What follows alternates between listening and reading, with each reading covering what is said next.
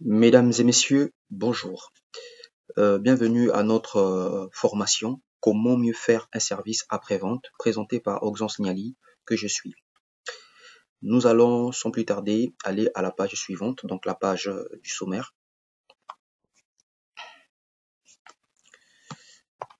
Voilà, donc notre formation sera séparée en 5 parties. Donc il y aura l'introduction, nous allons parler du service de la vente directe.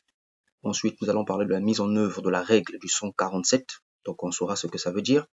La fourniture du service est essentielle et enfin parler du facteur décisif d'un service. Déjà, avant de commencer, il faudrait que vous puissiez savoir que dans le service après-vente, il y a des points qu'il faut savoir, sur lesquels je vais vous lire un petit texte de la compagnie Langrich sur sa partie service après-vente.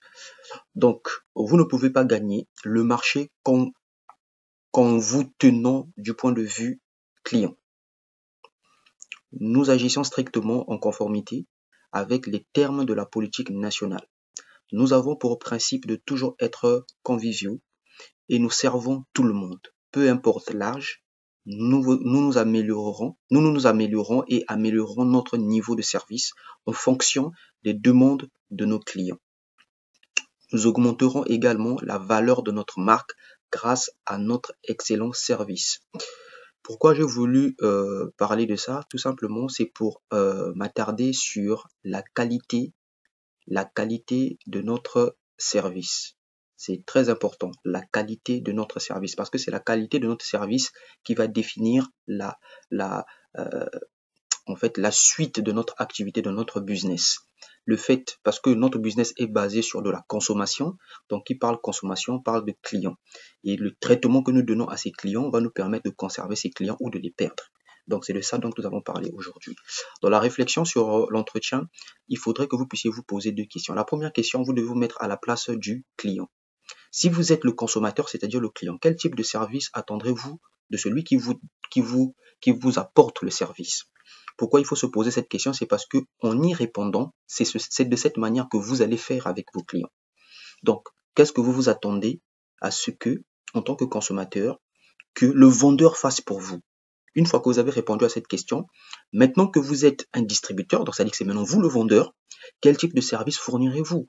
C'est-à-dire que, en tant que client, vous vous êtes posé la question, si je suis client, qu'est-ce que j'aimerais que le vendeur fasse pour moi ou le distributeur fasse pour moi? Maintenant, en vous mettant dans la place du distributeur, vous vous posez maintenant la question, qu'est-ce que je dois faire maintenant pour le client? C'est-à-dire que la réponse que vous avez obtenue quand vous étiez client, c'est cette solution que vous allez appliquer maintenant quand vous serez un distributeur. Je prends un exemple. Si en tant que client, pour vous, le service, c'était qu'on vous apporte le produit à la maison, ça, c'est le service que vous attendez du distributeur ou du vendeur. Ça veut dire que quand vous devenez distributeur, vous devez travailler et développer la qualité de la livraison à domicile afin de répondre à un besoin. Le concept de service dans l'industrie de la vente directe. Selon le point de vue de James Eskel, c'est un professeur américain. En fait, il est de l'UPS Harvard Business School. Il a écrit sur le concept de tout service. Pour lui, le service doit répondre aux questions suivantes. Donc, quand vous faites le service en tant que distributeur, il faudrait que votre service puisse répondre à certains critères. Donc, parmi lesquels nous avons le facteur le plus important dans le service d'une entreprise. Ça, c'est la question qu'il faut se poser. Comment être conscient de ces facteurs? Donc, les facteurs qui vont améliorer le service. Le rôle du concept service, c'est quoi le service? Donc, c'est quoi son rôle? La prestation du service, c'est quoi? Et le service de vente, c'est quoi? Et ici, il y a en rouge le processus. Parce qu'il y a beaucoup de gens qui se plaignent que voilà, je n'arrive pas à parrainer, je n'arrive pas à développer le réseau, ou quand je parraine quelqu'un, la personne, une fois inscrite, ne fait plus rien. Oui, c'est normal. Parce que lorsque nous présentons l'opportunité à nos clients ou encore à nos prospects, nous ne prenons pas le temps d'étudier le profil des personnes que nous avons en face de nous. Et ça, c'est très important. Il faut savoir qui j'ai en face de moi. Est-ce que j'ai en face de moi un développeur? Est-ce que j'ai en face de moi juste un consommateur? Si vous cherchez à développer ou encore à emmener votre client en tant que le traiter comme un développeur alors qu'il est venu en tant que consommateur, ben, vous serez déçu parce qu'il ne va pas parrainer et vous allez vous en plaindre à vous-même. Mais c'est vous qui n'avez pas su étudier votre client ou encore votre prospect. Et à quel moment on l'étudie? C'est pendant vos premiers échanges. Donc ça, c'est sur la suite qu'on verra ça. C'était le but des services. Le but des services, c'est de transformer un client unique en un consommateur régulier. C'est-à-dire que quand vous allez vers un client ou que le client vient vers vous suite à vos publications ou à votre action marketing, quand il vient vers vous pour la première fois, il est encore considéré comme un client unique parce qu'il peut arriver, acheter, et si votre service est médiocre, il peut s'en aller pour ne plus jamais revenir. Alors là, il sera toujours un client unique pour vous. Mais par contre, le but du jeu, c'est de le transformer en un consommateur régulier, c'est-à-dire le fidéliser. Donc faire de lui un client qui reviendra demain. Et pour que cela soit le cas, il faudrait qu'il y ait une qualité dans le service que vous allez fournir, dans la qualité du produit que vous allez mettre à disposition, le suivi que vous allez mettre, et il y a d'autres actions que nous verrons par la suite. Donc, nous pouvons obtenir un référencement par le biais de nos clients fidèles, c'est-à-dire le fait de le fidéliser parce qu'il aime désormais vos produits et vos services. De façon intrinsèque, il fera de la publicité pour vous. Donc, pour votre bureau de distributeur ou encore pour vos services en tant que distributeur. Lui, en étant un client satisfait, il fera de façon intrinsèque, sans le savoir, de la publicité pour vous et ça va augmenter votre chiffre d'affaires. Ensuite, une fois que ce client ou ce consommateur est fidélisé, vous allez transformer ce consommateur en un distributeur. Et par conséquent, on va faire cette action répétée avec plusieurs clients, jusqu'à élargir votre réseau. Et c'est comme ça que l'on développe son réseau. Parce que vous avez d'abord fidélisé un client qui a vu un intérêt sur le produit. Et quand vous en faites un distributeur, c'est un distributeur qui connaît le produit et qui sera capable de le consommer parce qu'il connaît les vertus de ces produits. Et c'est comme ça qu'on a des distributeurs qui sont au moins des consommateurs, même s'ils ne développent pas un réseau, mais au moins qui consomment en permanence, car nous sommes dans un business de consommation. Donc, tant que la consommation est assurée, ça veut dire que votre business finira par réussir. Le caractère unique du service dans l'industrie de la vente directe, nous allons en parler. Effectivement, la vente directe est différente de la vente traditionnelle. C'est quoi qu'on entend par la vente traditionnelle? La vente traditionnelle, il y a le producteur, ensuite, il y a le circuit traditionnel, c'est-à-dire ce que faisait à l'époque le trajet ou encore le processus que suivait le produit une fois qu'il avait été produit. Ok, donc il passait d'abord par un importateur, et puis il y avait des actions de publicité, il y avait le transporteur, il y avait le grossiste, et enfin le détaillant. Et il faut pas oublier une chose, c'est que ce circuit traditionnel, cette vente traditionnelle est toujours d'actualité jusqu'à aujourd'hui. Mais par contre, ce circuit se trouve en fait tronqué, tout simplement parce que en passant par plusieurs intermédiaires, eh bien le produit au final subit un coût élevé en termes de somme, compte surtout il s'agit d'un produit d'origine, un produit original. À ce moment, il va coûter extrêmement cher parce qu'il est passé par plusieurs intermédiaires. D'accord? Vous allez vous poser la question que dans le commerce traditionnel, on arrive à trouver parfois des produits à des très bas prix. C'est justement là où il faut se poser la question. Est-ce que ce produit a été créé dans les bonnes conditions ou est-ce que c'est une contrefaçon? Est-ce que c'est un produit transformé, c'est-à-dire chimique, donc qui ne va que nuire à la santé, et c'est pour cette raison qu'il va coûter moins cher, parce que pour un circuit qui passe par le circuit traditionnel, est-ce que vous comprenez, il y a tellement eu d'intermédiaires que le produit devrait coûter forcément cher. Mais si c'est pas le cas, ça veut dire qu'il faut se poser la question sur la nature et la provenance de ce produit. Mais tout ce qui est d'origine, en passant par le circuit traditionnel, coûte forcément cher.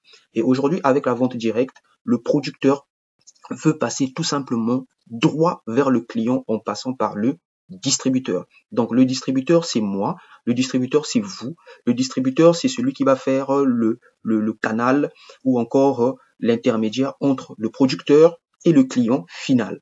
D'accord? Du fait qu'une entreprise de vente directe entre en contact avec ses consommateurs par l'intermédiaire de ses distributeurs, le service est donc très important. Ça veut dire que ici, nous faisons à la fois, nous, en tant que distributeurs, nous faisons à la fois l'importateur, nous faisons en même temps la publicité, nous faisons en même temps le transporteur, nous faisons en même temps le grossiste et le détaillant. Tout ça dans un seul bloc, et c'est ce qui va permettre à réduire de façon très considérable le prix final, c'est-à-dire le prix qui va arriver vers le client. Et même si les clients se plaignent que oui, vos produits sont souvent chers, c'est normal parce que nous sommes dans la qualité. Nous sommes dans le super wax. Nous ne sommes pas dans les pacotilles. Nous ne sommes pas dans des produits dérivés, mais nous sommes dans des produits d'origine, des produits originels. C'est ce qui va expliquer le pourquoi, malgré le fait que on a pu casser tout le trajet, tout le circuit traditionnel, mais que le produit donne toujours l'impression qu'il est un peu cher. C'est tout simplement parce que ce sont des produits de qualité, des produits naturels et de qualité. Ensuite, on a dit que nous allons parler de la règle du 1,47, le 147. Le 147 est interprété comme suit. Le 1 veut dire le premier jour que vous allez faire la présentation ou que vous allez recevoir le client pour la première fois qui vous a contacté, eh bien, vous allez revenir vers lui par un appel téléphonique pour inciter à consommer encore et davantage le produit en rappelant justement quelques points d'attention sur la posologie et le temps d'admission. Donc, c'est le suivi. Là, nous parlons déjà du suivi. Le premier jour après l'achat, dès que la personne a acheté, ou le premier jour après la présentation, vous devez le rappeler. Ok, vous devez le rappeler au téléphone pour prendre en fait des nouvelles. S'il n'a pas encore acheté de produit, de l'inciter à acheter de produit. Et s'il a acheté le produit, de lui faire un rappel sur comment il doit consommer son produit et sur combien de temps pour qu'il ait du bon résultat. Ça, c'est le premier jour sur la règle. Ensuite, pour développer toujours dans la partie du premier jour, quelques notes à prendre en compte pendant l'entretien. Vous devez rappeler et inciter le client à avoir le même genre de désir lors du prochain achat. Donc, c'est vous qui allez générer le besoin ou le désir à ce client de revenir prochainement. Donc, voilà pourquoi on insiste sur la qualité du service. Remettez à vos clients la bonne façon d'utiliser le produit, c'est-à-dire un prospectus ou encore un manuel d'utilisation pour qu'il puisse s'en servir pour savoir comment utiliser son produit. Aider le client à se sentir et à imaginer les effets du produit à long terme. Donc, vous devez déjà le mettre dans le bain pour lui faire comprendre que tu consommes tel produit. Voici les résultats que tu vas obtenir en consommant ce produit de façon permanente, pour le mettre déjà dans le bain et qu'il se sente impatient de vite arriver à ce résultat et qu'il soit focalisé à consommer le produit. Aviser les clients sur les effets de la crise de guérison. Donc, effectivement, il y a aussi des moments où, en consommant un produit en fonction de l'organisme, il peut avoir soit des effets indésirables, comme ça se passe même avec des produits naturels, ok, parce que le corps humain est fait de plusieurs éléments et parfois en consommant tel ou tel produit, ça peut arriver qu'il y ait des effets indésirables. Donc c'est toujours important d'en parler avec le client avant que lui ne constate ça, mais lui faire comprendre que ça peut arriver que vous puissiez constater soit tel problème, n'ayez pas peur. Ça veut tout simplement dire qu'il y a ceci qui s'est produit et pour pallier à ça, vous devez faire telle action, ok. Et à ce moment, vous le fixez un prochain rendez-vous pour le 4e jour, ok. Et le 4e jour, c'est la même chose. Vous faites soit par appel ou vous venez soit en visite, c'est-à-dire que soit chez lui ou soit vous prenez un rendez-vous quelque part. L'objectif, c'est de vérifier la progression du client et si tout le reste est correct, hein, c'est-à-dire que déjà, il a commencé à consommer le premier jour. Voilà, vous venez le 4e jour, comment tu l'as consommé? Est-ce que tu as constaté quelque chose? Est-ce que tu as un commentaire à dire par rapport déjà à cette petite expérience? Et prendre donc un peu le feeling de ce client. Et c'est tout ça là qu'on appelle l'accompagnement. Et c'est cet accompagnement qui va le mettre en confiance, qui va lui permettre justement de pouvoir revenir encore prochainement, et tout en maîtrisant, parce que vous lui donnez justement des conseils en fonction des problèmes il va vous dire, et en fonction de ses problèmes de santé s'il en a, ou encore de ses attentes, vous allez donner des propositions, des idées, et lui ça va lui permettre également de maîtriser le produit et par conséquent de pouvoir en prendre un peu plus ou plusieurs variétés et ainsi de suite. Voilà. Ici, nous allons noter dans l'entretien que que les clients doivent vous faire part de leurs sentiments. C'est-à-dire, dans le 4e jour, il faudrait qu'ils fassent part de leurs sentiments, de leurs ressentis. Qu'est-ce qu'ils ont ressenti pour le produit le 4e jour? Et en ayant pris, est-ce qu'ils ont eu des soucis ou pas? Ou est-ce que tout s'est bien passé? Ils doivent donner leur avis et les réactions à l'égard du produit. Qu'est-ce qu'ils en pensent? Est-ce que c'est un produit qu'ils peuvent recommander à d'autres personnes ou c'est un produit qu'il ne faut pas recommander? Vérifiez que le produit est utilisé correctement. Donc, comment il a utilisé? Vous lui posez la question. pour savoir comment il est utilisé et encourager le client justement s'il est satisfait de poursuivre. Et enfin, quand vous finissez, vous devez fixer le rendez-vous pour le 7e jour. Et le 7e jour, toujours après l'achat, là vous faites une invitation au lieu de vous invitez le client à un lieu de réunion, d'accord? L'objectif ici, c'est de renforcer la confiance du client pour continuer à utiliser le produit. Utiliser des commentaires positifs et des témoignages pour aider le client à devenir un distributeur. Donc, en gros, ce que vous devez comprendre, c'est qu'en une semaine, un distributeur, on ne le rend pas distributeur de façon systématique, mais c'est des erreurs que nous commettons. Normalement, il faut l'emmener d'abord à connaître le produit et c'est un processus. Et ce processus, c'est ce processus qu'on va appeler le 147.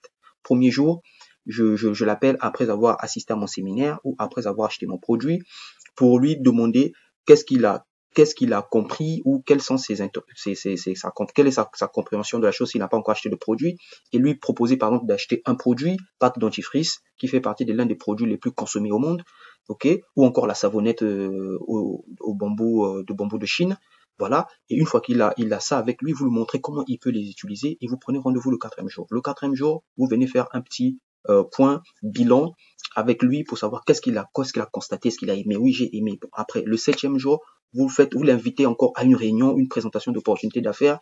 Il arrive et là, vous l'emmenez maintenant dans l'optique de le démarrer carrément pour qu'il puisse prendre son pack d'adhésion parce que justement, il a vu les effets. Vous l'avez accompagné, vous l'avez appris à aimer les produits, si ce n'est le produit, et par la suite, faire un distributeur qui sera consommer de façon permanente les produits.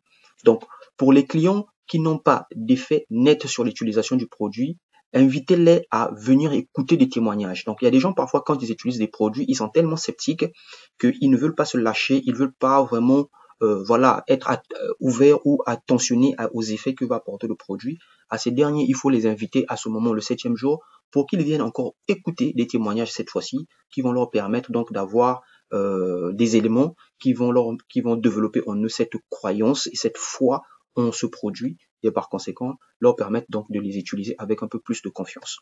Pour les clients qui ont un effet positif après l'utilisation du produit, laissez-les partager donc leur expérience et le recommander à d'autres personnes. Donc ceux qui ont apprécié, et bien ceux-là, il n'y a plus grand chose à faire. Vous leur demandez tout simplement, partagez la nouvelle, vu que vous êtes convaincu du produit. Si vous avez des amis dans le même cas que vous ou encore que vous aimeriez bien recommander, n'hésitez surtout pas. Nos produits sont là pour servir à qui on veut, voilà, afin que cela puisse créer un intérêt et devenir consultant en santé de longue riche. Donc ça c'est le processus pour que nous puissions aider plus de gens en santé et en richesse. Maintenez un contact étroit avec les clients tous les 7 à 10 jours et continuez à les communiquer toutes les bonnes nouvelles. Donc, chaque fois, vous devez garder le contact. C'est pour cette raison que on demande très souvent aux partenaires, quand vous commencez à créer un réseau de clients, un réseau de distributeurs, un réseau de prospects, il faut toujours avoir des groupes parce que c'est toujours pas facile de suivre une personne par personne tous les jours. Et quand vous en avez une dizaine, une vingtaine, ça devient très compliqué. C'est pour cette raison que il est important d'avoir des groupes pour pouvoir les suivre. Dans le processus de suivi de votre client, on va vous parler de l'archive client. L'archive client, c'est fait pour améliorer, c'est une base de données qui est là pour pouvoir gérer de façon efficace votre clientèle. Donc, chaque client aura des données que vous allez enregistrer le concernant pour faire ce suivi. Il viendra acheter des produits chez vous. Vous devez avoir une base de données pour savoir quand est-ce qu'il a acheté, qu'est-ce qu'il a acheté, comment il consomme chez vous. Et ça, nous avons un outil que nous appelons le Gext Pro, donc qui est le gestionnaire de stock de produits, qui va permettre de gérer tout ça, donc d'avoir après derrière des KPI, ce sont des indicateurs de performance qui vont vous permettre de pouvoir savoir tel ou tel client est votre meilleur client et par conséquent de pouvoir mettre un programme de fidélisation avec des récompenses. C'est-à-dire que mon meilleur client du mois, je vais lui offrir une garniture, un carton de garniture. Le meilleur client chez moi, je vais lui offrir 10 pâtes dentifrice ou tout le gobelet alcalin. Voilà. Donc ça, c'est avec cet outil que vous pouvez réaliser cela. Que va contenir l'archivage client? Il y a la base de données. Dans la base de données, nous avons le nom, la date de naissance, les revenus de cette personne ainsi que ses coordonnées, donc téléphoniques ou encore son adresse, là où il vit, son état de santé, ça c'est pendant l'interview, pendant que vous discutez, qui va peut-être parfois développer des détails sur son état de santé, vous devez l'avoir également dans la base de données pour que vous puissiez l'orienter sur les produits qu'il va consommer. Nous avons aussi des analyses des exigences, donc par rapport au comportement professionnel, y compris des besoins familiaux et personnels. Donc, nous avons aussi, dans cette archive, nous allons avoir les cours de santé. Donc, pour pouvoir aider la personne en fonction de ses attentes à participer à certains cours qui pourront l'aider à mieux comprendre le fonctionnement et aussi derrière à pouvoir faire des bons choix quand il sera question de faire des commandes. Nous avons l'achat initial, donc l'enregistrement du premier achat de cette personne et puis le record d'achat. Donc là, c'est comme je disais avec l'outil Gexpro que nous serons capables de le faire. Toujours dans le contenu, le but du jeu de ce contenu, ça sera donc de pouvoir avoir des détails, établir en fait de façon spécifique les informations de votre client, les utiliser de façon performante en lui faisant bénéficier au maximum possible et de faire de lui demain, aujourd'hui un consommateur fidélisé et demain un distributeur. Dans les techniques de service client, nous avons 3 facteurs qui affectent l'expérience de l'utilisation de nos produits. La façon de l'utiliser, est-ce que c'est la bonne façon de l'utiliser? Le dosage, est-ce qu'il est bien dosé? Est-ce qu'il est bien utilisé? Est-ce que la personne ne n'utilise pas en trop nos produits? Et puis la durée de l'utilisation, est-ce qu'elle est suffisante? Donc tout ça, ce sont des éléments sur lesquels, lorsque vous abordez la question des produits avec des clients, vous devez beaucoup vous atteler sur ces 3 paramètres. Parce que ce sont des paramètres qui peuvent fausser des résultats. Il y a des gens qui vont vous dire, ouais, vos produits ne sont pas efficaces. Oui, mais est-ce que tu l'as utilisé sur le bon timing? Est-ce que tu as fait 3 mois? Ou c'est juste parce que tu as fait 2 semaines, tu n'as pas eu de résultats et tu as décidé que nos produits ne sont pas bons? Voilà. Est-ce que tu as utilisé le dosage qui va bien? Est-ce que tu as pris 3 gélules la nuit avant de dormir avec de l'eau tiède comme cela est demandé et recommandé? Ou tu as utilisé une gélule par jour? Ou tu as utilisé une gélule matin, midi, soir, alors qu'on t'avait demandé d'en prendre une seule fois le soir avant de dormir? Donc tout ça là, ce sont des détails qui sont très importants à savoir et c'est pour cette raison que nous insistons toujours sur la notion de la formation. Vous devez vous former pour connaître toutes ces choses et pouvoir derrière accompagner vos clients. Les techniques de service. Un excellent service égale à un avenir établi. Quand on dit un avenir établi, ça veut dire tout simplement que le client sera fidélisé parce qu'il va être en permanence avec vous et il sera votre client pour très longtemps et peut-être un distributeur parce que c'est ça le souhait que nous voulons, développer un grand réseau. Voilà. Donc là-dedans, c'est les 7 éléments sur les excellents services. Vous pourrez le lire. Comme le temps il est imparti, la vidéo elle doit être assez courte. On est déjà à 24 minutes. On va aller sur le point qui suit. Les 3 étapes de service. Les 3 étapes de service, c'est tout simplement, vous voyez à l'intérieur, nous avons des photos. Ces photos montrent le détail. C'est-à-dire que ce qu'on va appeler le service, le bon service ou le service de base, ça va être juste répondre à la demande du client. Ça, c'est de façon simple et terre à terre. Répondre à la demande du client, c'est-à-dire le client, il a besoin de la pâte dentifrice. Tu lui dis, viens chez moi, je te vends la pâte dentifrice. Là, vous avez répondu à son besoin parce que vous l'avez donné ce qu'il cherche. Après, on a le bon service. Donc, on a le service de base et on a le bon service. Dans le bon service, au milieu, ici, vous voyez que on voit le dessin de la fleur qui s'agrandit. Ça veut dire que là, on va maintenant plus dans du détail. On ne s'arrête pas seulement à vouloir, on s'arrête pas seulement à répondre aux besoins du client, mais c'est le comment je réponds aux besoins du client. Là, maintenant, on va aller sur la livraison. Je veux aller le livrer. Au lieu qu'il vienne vers moi, je préfère aller le livrer. Donc, pour aller le livrer, vous devez connaître son adresse, vous devez connaître son numéro de téléphone, vous devez connaître son repérage pour que vous puissiez arriver vers lui et lui livrer. Et c'est là où on va parler d'un bon service. Et après, il y a le meilleur service. Et dans le meilleur service, c'est carrément le service encore qui va dans le détail beaucoup plus important. Il y a la livraison, il y a le suivi, il y a l'accompagnement et derrière, il y a le service international. C'est-à-dire que vous allez sortir au-delà de vos frontières, sortez au-delà, vous avez la capacité de sortir au-delà de vos frontières et même d'aider ces clients à pouvoir avoir des solutions hors de leur zone de frontières. Et là, on parlera donc de meilleurs services.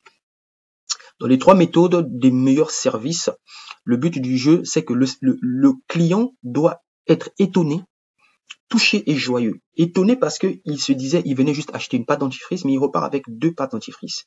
Et le fait de repartir avec 2 pâtes dentifrice, ça fait de lui une personne touchée et joyeuse.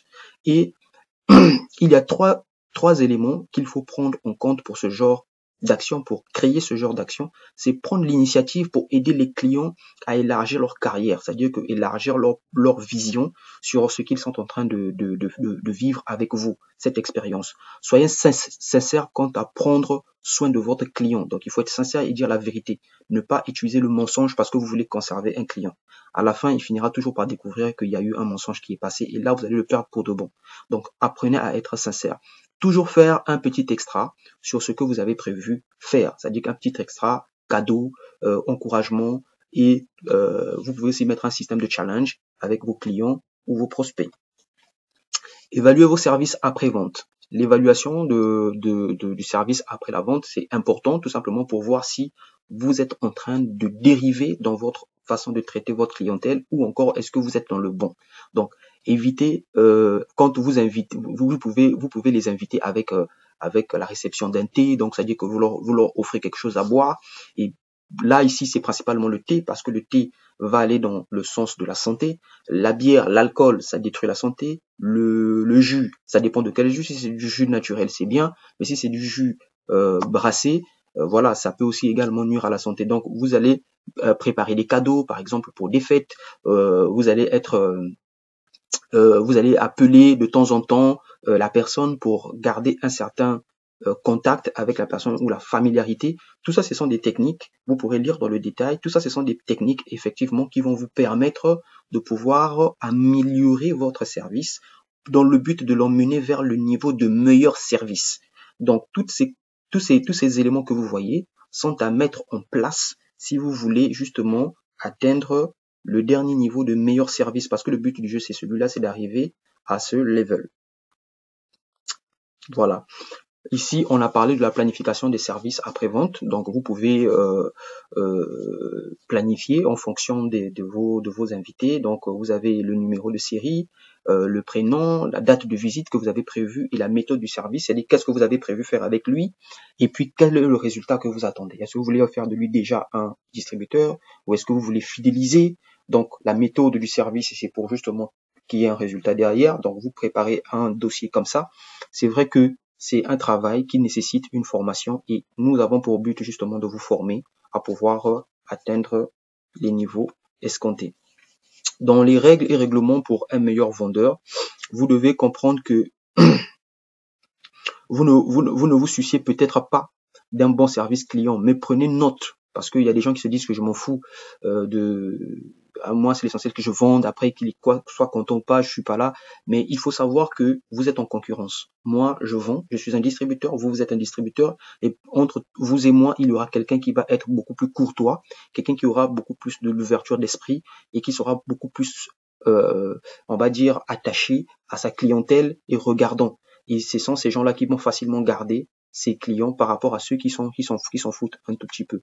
Nous avons également dans le fait, toujours dans les principes, il faut savoir qu'il est plus facile de conserver un client fidélisé que d'en trouver un nouveau parce que ça demande beaucoup plus d'efforts à fournir. Chaque entreprise est liée aux gens. Ça veut dire que nous avons besoin des gens pour que notre business marche.